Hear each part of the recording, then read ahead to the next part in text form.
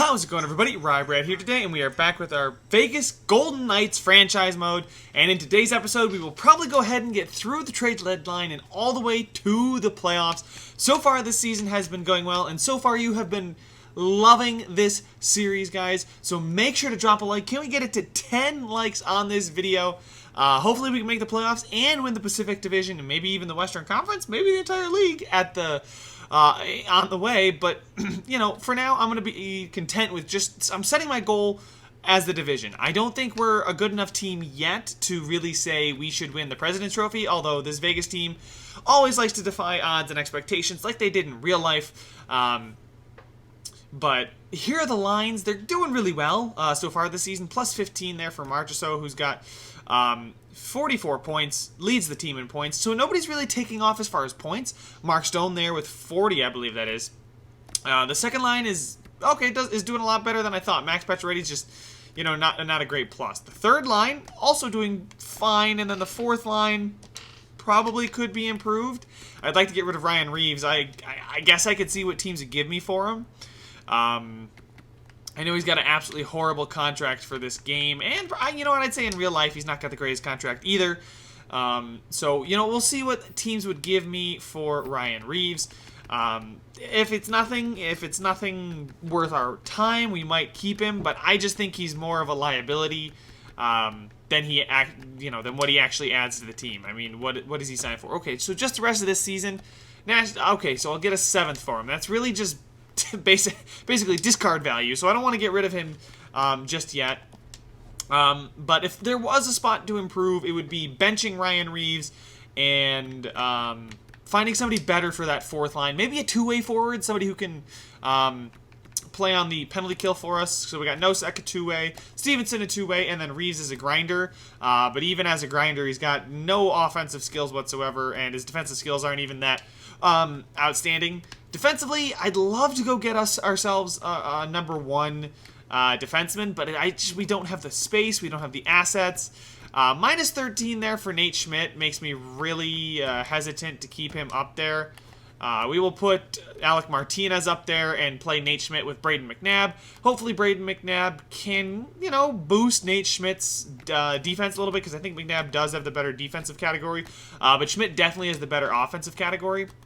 Whereas Martinez here is definitely more of an offensive guy, and Shea Theodore is kind of a perfect two-way, so that's kind of why I was thinking, like, Schmidt's better at offense. I wouldn't want to pair him with Martinez and get too much of an offensive pairing there. But I'm going to go ahead and jump to the, just simulate to the trade deadline. We'll take a look at how the team's doing, and just what we might be able to go get on the trade block. So we'll simulate, you know, to the 24th. I don't suspect I'll have to do any scouting because we didn't change our coach at all. There's 2 straight losses, though. 3 straight losses as I do that, and we finally get our first win with the new defensive pairings, and there we go. There's another win after that. We lose, we get shut out against Buffalo, but we do beat Ottawa, which is nice to see. Against Montreal, we get a dub, and then against Boston here before the All-Star break, we finish it out with a 3-0 win. So we stay atop the division by 4 points over the Sharks, it seems. Against Carolina, who's a pretty bad team, we win, but against the Predators, we lose. We beat a good team in Tampa Bay. Against Florida, we beat them as well to stay atop the division. Then we lose the Carolina Hurricanes. Minnesota's a win. St. Louis is a loss. Interesting, we just dropped out of first place in the division. Oh, is Nate Schmidt sucking even more? Oh, man, I am a little bit worried. I might have to bury Nate Schmidt because he blows and that contract sucks. Is it him? Is it Schmidt? He's still a minus 19. Actually, Alec Martinez is killing it up there. And the third defensive pairing, I may have to just bury him on the third defensive pairing because he is horrible. I'll tell you what, minus 19 when the rest of the team, you know, is the rest of the defense isn't even or higher. Like, no, I'm sorry, he's a minus 19 and the rest of the team is plus something. And that's after Shea Theodore got the anchor that is Nate Schmidt off his line. So if I could get something for Nate Schmidt, I will do it. Like, if somebody's willing to offer me something, think they can buy low. Ooh, this third line seems to be doing really, really, really poorly as well. Big old minus there. But the fourth line seems to have turned around. Nosek's probably not good enough to move up. Maybe I could move Stevenson up for Calvert. Seems to get us there to a nice plus +3. We're supposed to roll 3 lines too, so I think I'd rather have the +3 there, where Chandler Stevenson is the perfect third-line center for us. I don't mind a -1 here with Calvert, Nosek, and Reeves. Obviously, you know, rolling 3 lines is going to be bad to have your 4th line be a minus, but if they're going to play 9 minutes a night, I don't see how them being 78s instead of 79s or 77 instead of 78, how 1 overall point is going to really make that big of a difference. I could be naive here in saying that, but what I want to do is see if Schmidt has any kind of trade value. I really can't trade him if we're trying to keep it realistic. I just want to see 6 years at $6 million for a defender who's going to be, I'm going to try and bury. I'd get a first-round pick from the Flames? Are you serious? They would give me Kylington. That'd be an interesting trade. But you know what? I think like a first-round pick would be fair value for him. That's not, that is this season's first-round pick. How is Calgary doing this season? Is Calgary doing well?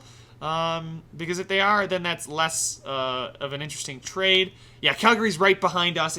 I mean, they have a small chance of dropping out of the playoffs. I don't see it. They're pretty much guaranteed a playoff spot. It's all about seeding at this point. So we'll keep Schmidt for now. We'll see what we can do with him maybe in the offseason. Maybe if you guys think we can package some realistic trade together, but I just don't think him for a first is an even swap. A team, especially a GM in my shoes, is not going to trade Schmidt, although being the only player that bad on the team says something, even when he was playing on the first line, first defensive pairing with Theodore, who is our best defender technically. Unless I put him and Martinez together, and Martinez's offense tried to counterbalance Schmidt's suckitude. But a +23 for Alec Martinez, and then a -19 for Schmidt. I mean, I'm sorry, he's got 20 points, but he's horrible. I can't believe he's a -19. I've never seen one player do so single-handedly poorly on a team as Nate Schmidt is doing right now. Usually, like, he could be the worst of the entire team if, like, we only had 4 guys that were a plus or something like that.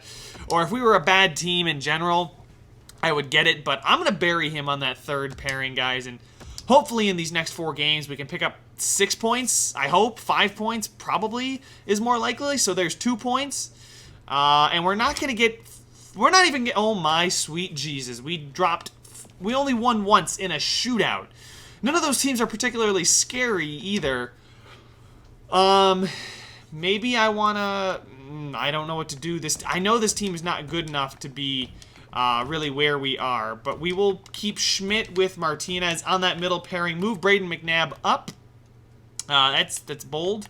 Theodore still +1. Schmidt got another minus in those 4 games. Are you kidding me? I even tried to bury him on the third pairing. 4th pairing, Jesus Christ. Oh my God, and Glass, Stevenson, and Tuck are doing horribly. Well, it's mostly Tuck and Glass. They were playing with Nosek. Reeves is now a +4, but he's got 63 penalty minutes in 64 games, and he's played on the 4th line all season. That's probably a big reason why we're not doing well. He's guaranteed at least a 2-minute minor every other game. I gotta go check the trade block, see who's out there. Maybe we can just get a 4th line, 2-way forward, like I said at the start of the video here. Definitely not going after a guy like Kessler. I have enough bad contracts to deal with right now. But Taylor Hall is on the block. I would love to go get Taylor Hall, but that's not going to happen. I don't think any of those other guys are going to solve our 4th line problem. Nobody from Boston. Kyle Oposo, but 4 years left on $6 million. No, thank you. Yeah, nobody from Calgary either. Stahl, 4 years left on that deal. Nobody from the Blackhawks. Colin Wilson is another name I toyed with. He's a playmaker, so that would probably be better. He fits the power play and the top 6 forward lines, so I'd rather not. Thomas Vanek, no thanks. I don't need a sniper for that bottom line because that's not going to be a very good chemistry fit. Oilers, what are you throwing out? They want to get rid of Zach Kassian. Doesn't he have a contract extension? 4 years at $3.2 million is not exactly what I would want for a guy like Zach Kassian. He's a power forward. He fits our 3rd line and our penalty kill, but no thank you. Chason here has got 2 years left at $2 million. I could swing that, I guess. He only fits the forward line 1, so we're gonna move on from that. But I was gonna say, like, if we were to move Reeves for him, Lewis here is Lewis even Trevor Lewis is a 2-way forward. He's really bad. He's really got bad individual stats there. So Not going to get suckered into the overall. Nashville, what do you got? Nashville usually has something. Maybe next season they'll have something for us, but not this year anyway. All right, so nobody seems like they have anything. Jesper Fast. Jesper Fast could be a guy that we could go after. What does he look like? Sniper, 85, 84, 84. He's got an 85 wrist shot accuracy. He's a minus 15 on the season, but he's playing on their fourth line. Maybe we move him to our third line and then move Stevenson down or something like that. There's Di Giuseppe here too, but he's a 76. I know I just skipped over all these guys. It's just Di Giuseppe's a guy I've had simulate well for me. Jason Pominville. Jason Pominville could be a good playmaker. That guy that fits. Oh, he's on Ottawa. He's doing bad. But look at that. That's like he's solid all around. He fits the penalty kill as well. As a playmaker, though, I would like to not have that. Is that Ryan Callahan on such a cheap contract? How'd they do that? Did I miss something or? I don't know. It's been so long since the NHL's been back. I really miss it. You guys miss the NHL too? Are you guys excited about this 2014 playoff thing? My team's not going to be in it, the Sabres, so that's a little bit disappointing. But you know what? It is what it is. We suck. I don't need to be told that because I know that. But anyway, Washington has Carl Hagelin. Not for that contract. Winnipeg, Perreault. Okay. It was Ottawa, right? Ottawa looks really bad. Pominville's doing very poorly. So they're listed as a rebuilder. Would you take on any of my big old contracts that I don't want that have multiple years left? Because you're a rebuilder. I want to keep Stastny. Nobody else here seems to have a bad contract. Matt Calvert does not have a great contract, especially with another year left on it. He's a sniper. He's only put in 12 goals. I know he's not played a lot, but we did just acquire him at the start of the season, too. He's a sniper. He fits that third line with Stevenson, but that would be fair value. Maybe I could get a pick out of this. I don't want that $2 million on my book. Wow. Holy crap, Ottawa. Do you just want to let anybody else draft or nah, fam? They have the Sharks like they do in real life, but they acquired. They have the Islanders too. Man, they have so many picks. I guess nobody else is allowed to pick. But we'll do Pominville and a fourth for Calvert just because we'll see if we can get a fourth. Yeah, I didn't think they would give me the fourth. Let's see if we can get a sixth out of the deal. Pominville and a sixth for Calvert. They'll give me the sixth in exchange for the extra year on Calvert's contract. And there we go. They're going to accept it, and we are going to have Jason Pominville, the new member of your Vegas Golden Knights. Hopefully, he'll help us out here and be able to fix this god-awful team we got going on right now. Well, we're not a god-awful team, excuse me. I misspoke. It's just not been going well in this month. So, throwing him there instead of Stevenson gets this line back to a +1. Pominville, where do you fit mostly? He fits on the second line mostly is what it says. He doesn't give any kind of boost there. Does he boost the penalty kill at all? Maybe instead of a guy like Glass. I know Glass is young and we want to give him the ice time. Still only a +1 even though we have a bunch of fits. Would it work if we had another two-way defenseman or another guy that fit there? Yeah, it's Shea Theodore, Engeland. Maybe Schmidt? I think I've already tried this before. Oh, Nate Schmidt does fit, and hopefully this can help him out with his ice time, first of all, and just get his head in the right spot, man. But we get a +3 now on our penalty kill. Oh, it's a +5 if Reeves go down there, and then a +5 if Stevenson goes up there. So I will definitely do that. I would rather have the higher overalls there like that. Although a +3 and a +3 really sounds like yeah, you know what? We'll do Reeves and Stevenson with no second Pominville. So I like it. Pominville's a good rental guy. I kind of wish that somebody would have signed him in real life because he did well for the Sabres, and that's saying something. So Matt Calvert's experiment did fail. I think there was an example from Edmonton where they bought low on a player and then didn't really sell high at all. But they tried it, they flipped him, and it didn't work out. So that's all the trades I think we're going to make. We're going to stick with the goaltending situation. We're 1 point behind the Sharks, who are in first, which is impressive. We'll go up here to the last 5 games against Arizona here. Starts the 5 last games of the season. Hopefully, with the Pominville acquisition, we get our first win with Pominville. Pominville back in Buffalo. Must have thrown the game. But we are 3-1 with Pominville, so that's great to see. Ouch. Oh my god, a 7-1 loss. But there we go. We pick it up with 3 points out of a possible 4. There's another win as we climb to the top of the division again. Losing to Colorado is not what you want to see, but back-to-back wins against Western Conference opponents is what you want to see. Can we beat up on Detroit? We can. We beat another Pacific opponent, and we now have 95 points, with the second-place team having 90. We are not going to win the Western Conference by any stretch.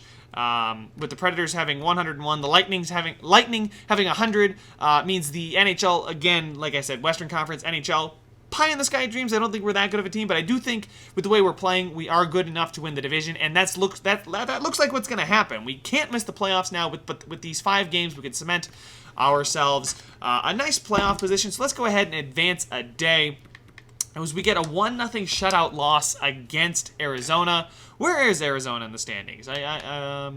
They are bad, yet they've seemed to beaten us every time we play them, it feels.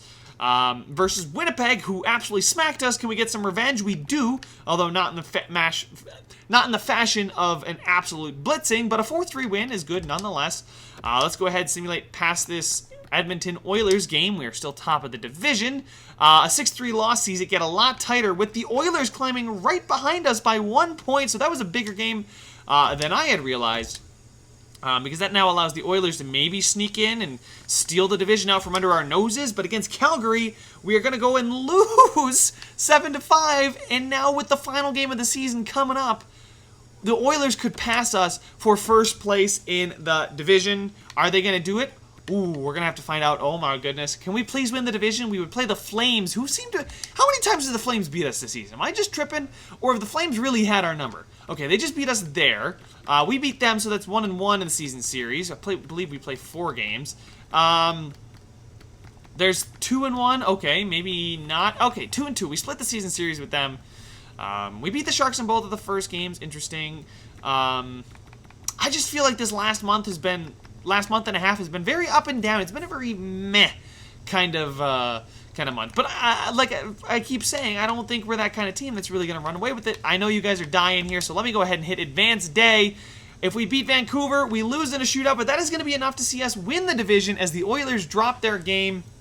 And the Sharks are going to go ahead and pass the Oilers. So we will play the Anaheim Ducks, who I think we did struggle with. I don't know. I know we struggled with pretty much every team in my mind here during the last stretch. Wow.